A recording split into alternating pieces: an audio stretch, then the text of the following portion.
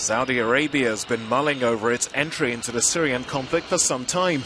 It's just sent warplanes to a Turkish base, and Riyadh has repeated that Assad can't be part of the country's future. Now it's openly declared it's willing to intervene on the ground. Should the US-led coalition make a decision to introduce ground troops into Syria, that the Kingdom of Saudi Arabia would be prepared to participate by deploying special forces with those troops.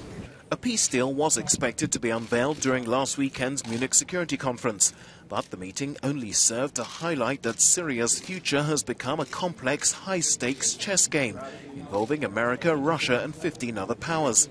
Speaking to Euronews, Russia's Prime Minister said nobody wants a war. A ground operation is a full-scale long war, and this has to be taken into consideration. There is a possibility there will be additional ground troops on the ground fighting Daesh.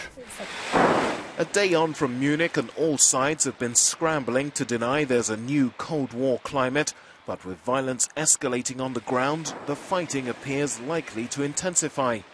Despite the agreement to halt hostilities for humanitarian aid deliveries, it's feared the pause could allow the rival factions to consolidate their positions. When the conflict began, Bashar Al-Assad's forces were engaged against the rebel Free Syrian Army. But soon after, several other groups joined the fighting, among them ISIL and Peshmerga Kurds. While the Syrian army and ISIL battled against everyone else, the Kurds, aided by the rebels, concentrated their attacks on Islamic State militants. A situation already extremely complicated became geopolitical chaos with the arrival of major and regional US powers, among them the United States, Russia, Turkey, Iran and Saudi Arabia. Officially, they all had one common enemy, ISIL. The US-led coalition came together specifically for that.